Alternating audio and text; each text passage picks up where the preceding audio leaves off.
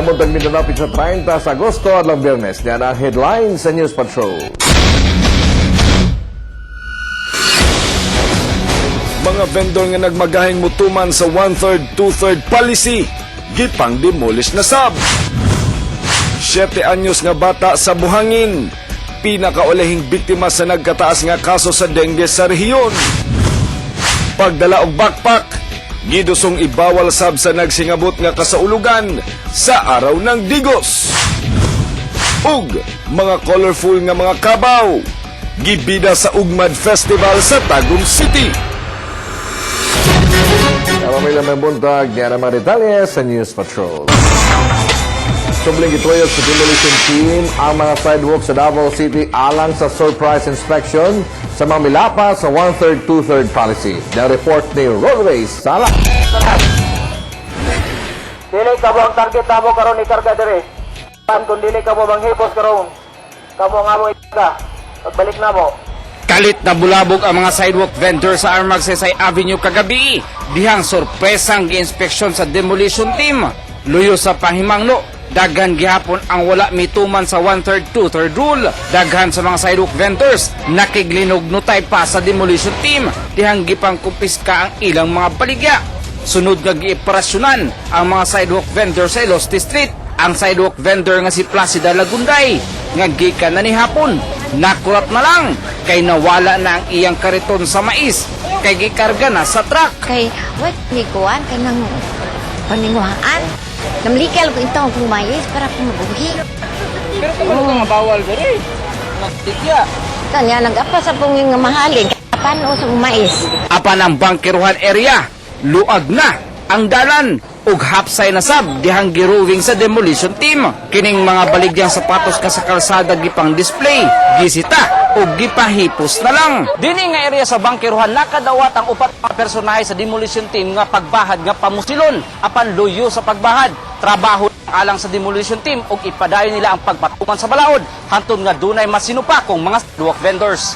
Bisan kini mga sidewalk vendor nga naa sa daplin sa Magallanes Street, Bagsakan, gipaatras ang mga baligya aron dunay kaagian. Mitabang pa ang demolition team pag-isbog sa ilang mga baligya. Magpasalamat gyud ko bakit sa niya nga wala mi daya dali-dalia sa pagpakuan kundi tagan pagid mi niyag chance kay wa man pud mi kay balog sa dapita ang amo ang right nga kuan gyud place nga pwede mi makalatay. Manang dako lang gyud ang pasalamat iya. Gipanganti sa demolition team nga mulusad sila og mga surprise clean-up operation sa tibok Davao City matag adlaw aron nga madisiplina ug mapatuman na ang balaod sa mga sidewalk vendors. Rod Bracelas, ABS-CBN News. Gi-question sa Commission on Audit ang kapakyasan sa lokal na gobyerno sa Davao City sa paghimo og annual physical inventory, non-reconciliation of accounting and property records, ug ang wala pag-submit sa General Services Office og inventory reports panahon sa termino ni kanhi Davao City Mayor Sara Duterte Carpio nga mobalor tanan og 3.5 billion pesos. Na report ni Paul Palacio.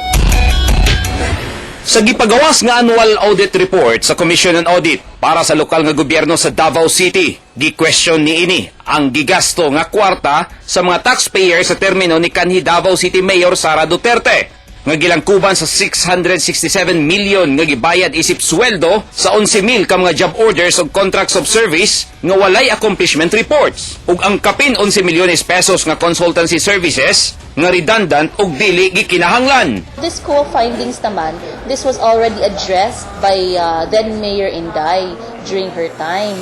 So ang nangyari noon, naggawa na sila ng memorandum noong March 15 directing all departments na kailangan mag-submit lahat ng mga job orders and contract of services ng kanilang accomplishment reports.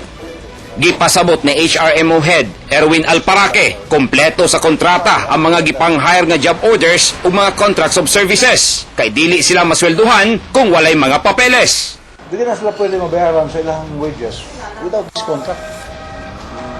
Because di po na to pwede sila may mga payrolls without these contracts or job order and the daily time records. Sa record sa HRMO, pinakadaghang job order ang Senro nga kapin 5,000 kabuok, kapin 3,000 sa City Mayor's Office. Nasa JO sa 19 ka mga departments ug sa 15 ka mga division. Giklaro sab ni Alparaque nga na-comply na nila tanan ang rekomendasyon sa COA. We have already complied to the recommendations set by the Commission on Audits. Now, one is the requirements on the accomplishment reports. Ang Financial and Compliance Audit nga gihimo sa COA nahilakip sa calendar year December 31, 2012. Paul Palacio, ABS-CBN News. Ipasamot ni Davao City 2nd District Representative Melin Garcia Albano kung anong naase proyekto nga kapin 10 milyones pesos sa Santo Tomas, Isabela sa lugar sa iyang congressman nga ugangan. Si Hernel Tokmo sa report. Makita sa website sa Department of Budget and Management ang PDAF allocation sa mga kongresista o senador. 190 million pesos ang PDAF nila Davao City 1st District Congressman Carlo Nograles, hasta ni 2nd District Representative Milen Garcia Albano, sukad 2010. Samtang 201.4 million pesos ang kang 3rd District Representative Isidro Ungab, sukad 2010.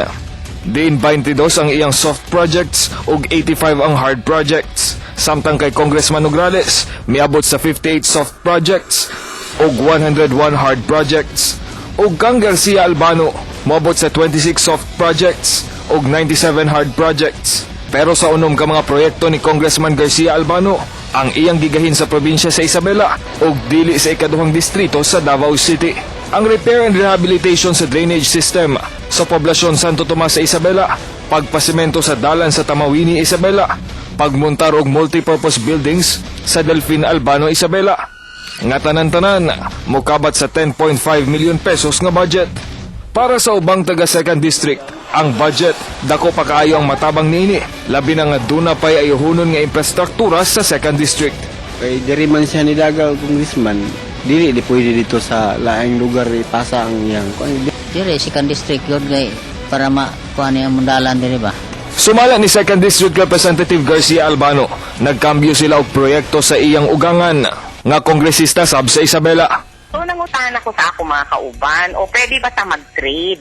Kay na ako soft, pwede ko ba i-trade sa imuhang hard? So ang duha na ako mga kasamahan, ingon man sila na, o dili to na kailangan karon. So kana akong gi-approach sa akong father-in-law, so ako may pangutana, pwede ba ta mag-exchange? So ang sabot is exchange. Siya naman ang nagpadala sa Davao City 2nd District ng 9.45 million. So kung unsay eksakto na amount na i-exchange, pareho ako nagbutang ng soft sa Isabela ug ang Isabela nagbutang ng hard sa Davao City. Sa pakiginabi sa news team sa mga opisyales sa DBM Region 11, gitugtan sa balaod nga mugahin og pondo ang usa ka kongresista gawa sa iyang area. Hernel Tokmo, ABS-CBN News. Mas misaka pa ang ihap sa kaso sa dengue karong tuiga kung itande sa record sa milabay nga tuig nga Cuerda City nang nangamatay. Pinakulahin nini ang City Anyos Gabata nga taga-Buhangin, Davao City. Balikan ta sa exclusive report si Hernel Tokmo. Sakit alang kang Buenaventura Helig ang gidangatan sa iyang 7 anyos nga anak nga si Jasmine. Halos 2 ka bulan ang giantos ni Jasmine ang sakit nga dengue. Ug niadtong Martes lang, namatay ang bata tungod sa organ failure nga komplikasyon sa dengue. Di ko na siya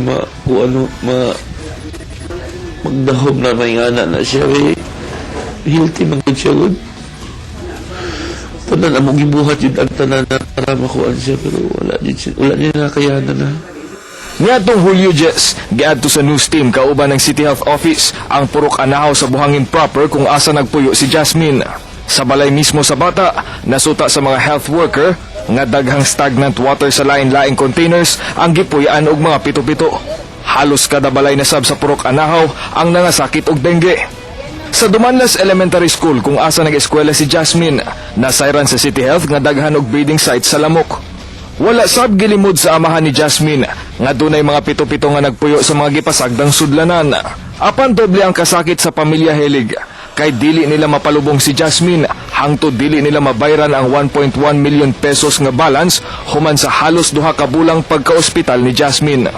Karon mo na mong problema kay ang death certificate pa na mo makuhaan. Muna akong ginakuan karon nag-asikaso pa na kung asa may makakuan. Ngita atong ingana ka na ang kwarta para lang siya malubong ba. Kung itandi sa miaging tuig, mas taas ang kaso sa dengue karong tuiga dinhi sa Davao Region. Apan, kamatik ng ubos ang ihap sa namatay karong tuiga kumpara niadtong 2012. Last year, compare nato siguro more aware na sila na ang dengue dili gyud basta-basta, dili nang nato pasagdan. Maghimo pud tag action as a community, as an individual na mutabang gyud ta sa ato ang mga health authorities kay dili manikaya sa mga health authorities lang kay dako-dako man ang community. Base sab sa datos sa DOH, mga bata nga nag-edad usa hangtod 9 anyos ang sagad mamatay sa sakit nga dengue. Kabalo man tanong na mahina ang resistensya. Naman po yung mga studies good nga nagsulti na ang lamok lagi daw mas gusto nila to nagalihok na somehow ang mga bata naman guni sila sa ila stage nga naga-play.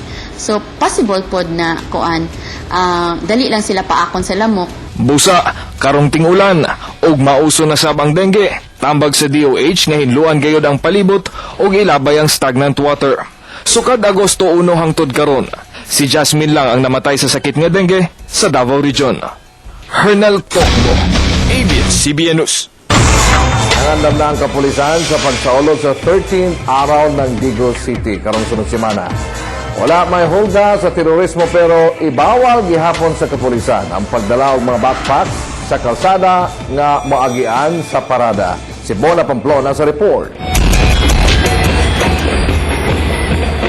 Hugot nang nangandam ang mga pupil sa Pedro Bansalan Elementary School sa Barangay 3 de Mayo, Digos City alang sa Drum and Marching Band Competition sa umaabot nga kasaulugan sa 13th araw ng Digos City nga magsugod karong Setyembre 2, 2013.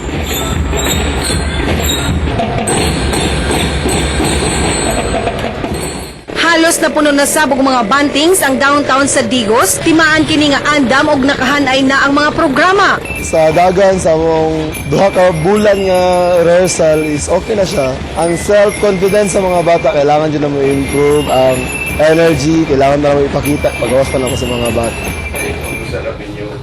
Nakikita sabgang Superintendent Kerubin Manalang sa Digos City Police ang City Investment Promotion Officer nga si Edgardo Ilera alang sa paghanay sa seguridad ilabi na nga daghang mga activity ang himuon og daghan sab bisita ang laumang makigduyog sa selebrasyon. Planong kopyahon sa Digos City ang gihimo sa Davao City sa Kadayawan Festival nga ibawal sab ang pagdala og backpack sa mga lugar nga agianan sa parada. Ipatuman kini pinaagi sa usa ka resolution sa sangguniang panlalawigan. 500 ka mga pulis ang ipakatag sa dakbayan sa Digos, wapay labot niini ang mga non-uniform personnel nga magbantay sa seguridad. It's all systems go, no? Pagdating sa celebration ng 13th araw ng Digos, particularly sa ating security. We have more than enough security personnel to be deployed during the celebration. May resolution na ipinasa ang Digos City Council para ipagbawal ang pagdadala ng backpacks during the celebration of Araw ng Digos. Para rin naman ito sa kapakanan ng nakakarami, no? Para maiwasan natin ang pambobomba. Alam naman natin, nagkaroon ng bombing incidents. Di masyadong malayo dito sa Davao Region. So sa part namin sa PNP, ayaw namin mangyari dito sa atin yan. Nagdako na gyud ang Digos since year 2000. And we are really going into improvements and investors are really coming in. I am inviting all the people to come to Digos. This is the biggest celebration that Digos will be having for this year. So please come. We have a week-long celebration and you will surely enjoy the 13th araw ng Digos City. Moabot sa 3 million pesos ang gigahin nga budget sa lokal nga kagamhanan sa